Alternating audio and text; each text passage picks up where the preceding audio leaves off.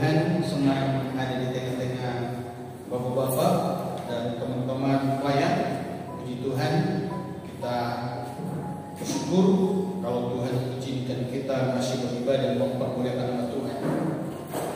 Mari dapat membaca firman Tuhan dalam 1 Yohanes pasal 2, 1 Yohanes pasal 2 ayatnya yang ke-13 dan 14. 1 Yohanes pasal 2 ayat 13 dan 14. Alkitab berkata seperti ini. Aku menulis kepada kamu, hai bapak-bapak, karena kamu telah mengenal Dia yang ada dari mulanya. Aku menulis kepada kamu, hai orang muda, karena kamu telah mengalahkan yang jahat. Aku menuliskan kepada kamu, hai anak-anak, karena kamu mengenal Bapa. Aku menulis kepada kamu, hai bapak-bapak, karena kamu mengenal Dia yang ada dari mulanya. Aku menulis kepada kamu, hai orang-orang muda, karena kamu kuat dan firman Allah diam di dalam kamu, dan kamu telah mengalahkan yang jahat. Baik bapak-bapak, saudara-saudara, teman-teman yang dikasihi oleh Tuhan Yesus Kristus, Yohanes menulis bagian ini bagi murid-murid atau bagi orang-orang percaya yang di daerah-daerah perantauan, dan hari ini tulisan itu ditujukan kepada kita yang diangkat, yakni hai bapak-bapak. Cuman beberapa orang yang belum nikah, ada 2, tapi pastinya sepertinya muka-mukanya sudah Allah bapak yang nanti akan menuju. Ada yang katanya sudah tahun ini, berharap cepat-cepat. Iya. Nah, otomatis ketika kita jadi bapak atau kita jadi suami, maka kita akan jadi kepala. Apabila kepalanya tidak baik, maka pasti tubuh dan ekornya tidak akan baik. Tetapi apabila kepalanya baik, maka kepala itu akan mengerahkan seluruh tubuhnya sehingga menjadi baik. Nah, di sini Rasul Yohanes menyampaikan, aku menuliskan kepada kamu, hai bapak-bapak, karena kamu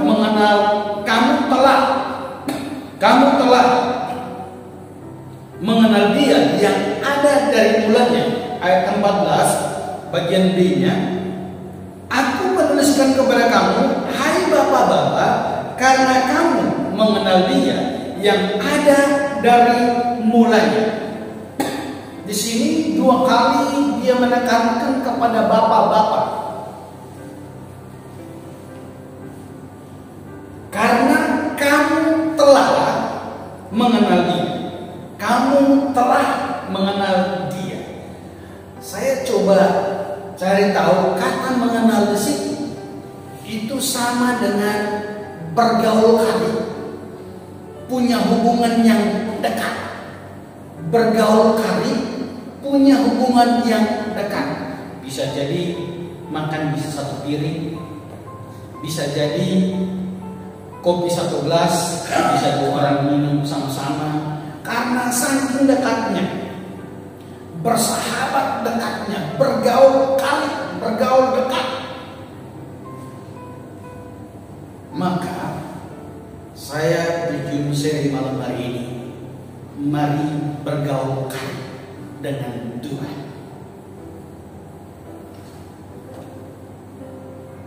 Dalam 1 Korintus pasal 15 ayat 33, Alkitab berkata seperti ini, jangan kamu sesat, pergaulan yang buruk merusak kebiasaan yang baik. Sekali lagi, jangan kamu sesat, pergaulan yang buruk merusak kebiasaan yang baik. Mari coba kita balik. Kalau tadi pergaulan yang buruk merusak kebiasaan yang baik, sekarang ini pergaulan yang baik akan menghasilkan kebiasaan yang baik. Betul? Karena pergaulan yang buruk merusak kebiasaan yang baik. Nah, apabila dibalik, maka pergaulan yang baik akan menghasilkan kebiasaan yang baik. Nah, kita akan ditentukan dengan siapa kita bergaul. Karakter kita, kebiasaan kita akan nyata dari pergaulan kita. Banyak yang merokok akibat karena bergaul dengan orang yang merokok. Akhirnya dia bilang, kau bencong nih kalau kau tidak merokok. Ya kan? Banyak yang melakukan kejahatan karena bergaul dengan orang yang jahat. Nah, apa yang terjadi apabila kita bergaul dengan Tuhan, bergaul karib dengan Tuhan, atau punya hubungan yang dekat dengan Tuhan? Yang pertama kita lihat ayat 9 dan 11 dari 1 Yohanes pasalnya yang kedua tadi.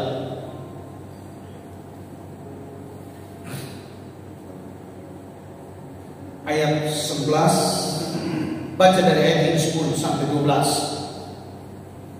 Barang siapa mengasihi saudaranya, ia tetap berada di dalam terang, dan di dalam dia tidak ada penyesatan.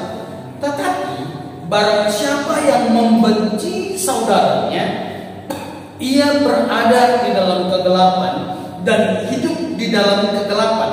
Ia tidak tahu kemana ia pergi, karena kegelapan itu telah membutakan matanya. Aku menulis kepada kamu, hai anak-anak, sampai ayat 11 saja. Yang saya dapat angkat dari situ, ketika kita bergaul karib dengan Tuhan, maka kita tidak akan menyimpan kebencian. Sekali, kita tidak akan menyimpan kebencian. Boleh tidak orang marah? Hah? Boleh. Tapi membenci itu tidak boleh. Boleh tidak orang kecewa? Boleh. Karena yang diharapkan tidak sesuai, yang dia inginkan tidak sesuai. Tetapi yang tidak boleh adalah menyimpan kepahitan atau menyimpan kebencian itu. Karena ketika kita menyimpan kebencian, maka itu akan merusak hidup kita. Pada satu kali ketika seorang guru sekolah dasar mengajarkan supaya jangan menyimpan kebencian yang dianggap itu sesuatu yang busuk. Maka dia kasih PR buat anak-anaknya. Anak-anak, ketika kalian pulang, maka buatlah sebuah tas pinggang. Suruh mamamu jahitkan sebuah tas pinggang, baik dari apapun juga itu, dari plastika, ditaruh di tali, dan ada tasnya di samping yang bisa menyimpan barang. Dan selanjutnya, karena di kampung kita ini banyak kentang saat ini, maka pergi ke pasar dan beli 10 kentang. Dan 10 kentang ini taruh di dalam kantong itu. Dan harus dibawa kemanapun, baik tidur, baik mandi, baik bermain, baik ke sekolah, itu dibawa-bawa. Hari pertama dilewati masih bagus. Ke sekolah, mereka senang. Masih banyak kentang. Iya, ada 10 saya isi. Karena guru kasih PR seperti itu. Besoknya masih ada kentang. Oh iya, mereka kumpul cerita. Masa saya bikin kamar mandi juga saya bawa, saya mandi, saya gantung-gantung dulu di situ supaya jangan basah. Saya mandi. Setelah itu saya bawa lagi keluar. Saya tidur, saya taruh kepalaku. Cerita. Hari ketiga masih cerita. Tapi hari keempat mulai busuk. semakin busuk, hari ke-6 semakin busuk, dan pada akhirnya hari ke-7 mereka datang, sudah ada yang tidak bawa, ada yang sudah berkurang, dibuang. Gurunya tanya, mana kentalnya kamu? Pak Guru, saya tinggal 2 nih. Pak Guru, saya tidak bawa nih. Pak Guru, saya tinggal 5 nih. Pak Guru, saya tinggal 1 nih. Kenapa? Karena busuk.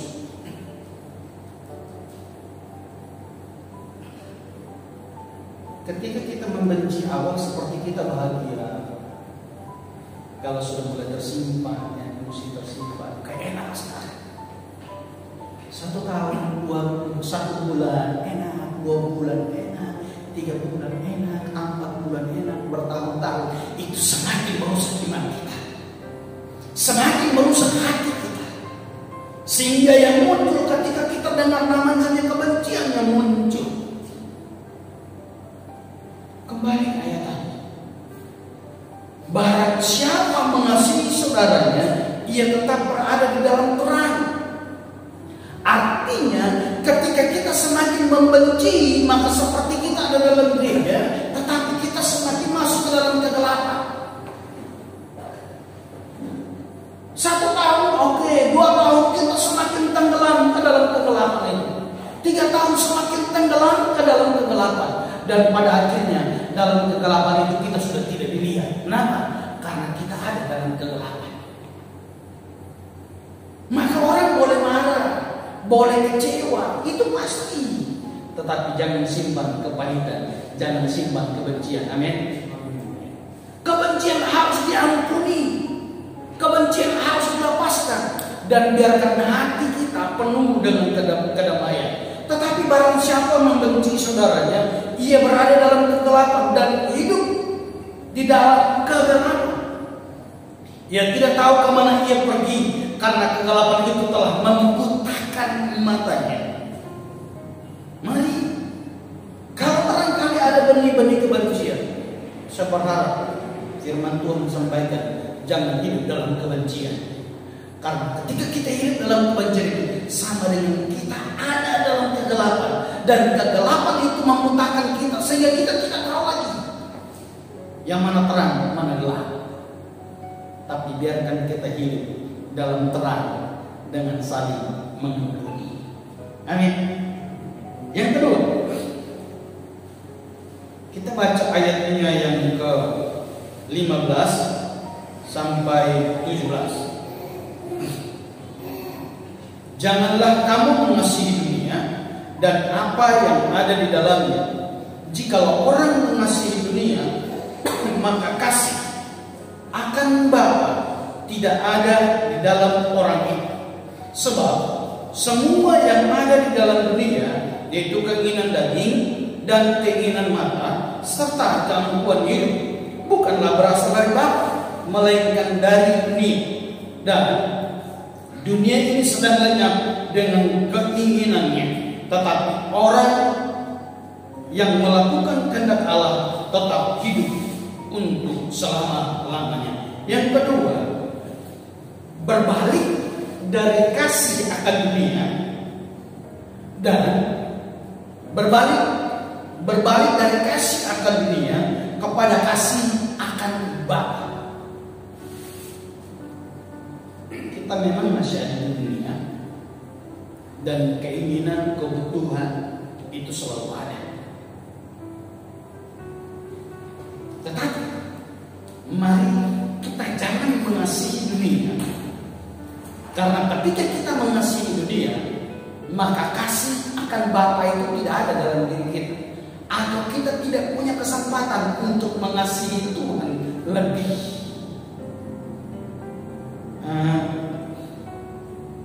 Ada sesuatu yang jadi pergumulan saya saat ini, dan saya coba belajar praktek. Ya, jangan fokus kepada uang, tetapi fokus kepada Tuhan yang mempercayakan pelayanan. Maka saya bilang sama istriku, mari kita belajar mati terhadap uang. Dengan target satu, kalau saya suami istri mati terhadap uang, maka kami tidak akan tahan persepuluhan. Jadi berapapun juga itu, persepuluhannya harus duluan-duluan. Yang kedua, ada hak orang lain di dalam berkat uang yang Tuhan beri bagi kami tidak tahan itu. Karena kalau hal ini tidak terjadi dalam diri saya, maka bisa jadi saya lebih mengutamakan orang yang punya uang daripada orang yang tidak punya uang. Saya lebih sembah, lebih menghormati orang yang punya duit daripada orang yang tidak punya uang. Sementara kita di jemaat ini itu mulai dari yang paling sederhana sampai mereka yang punya duit.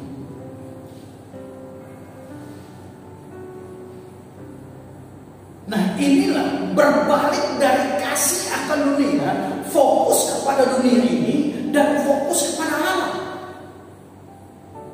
Kenapa?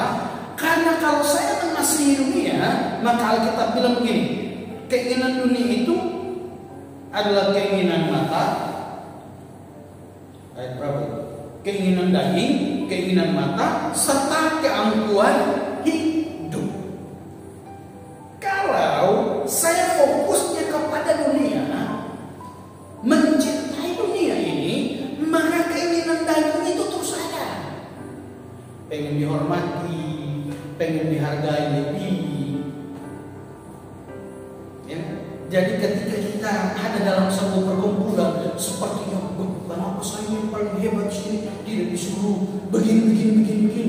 Ya.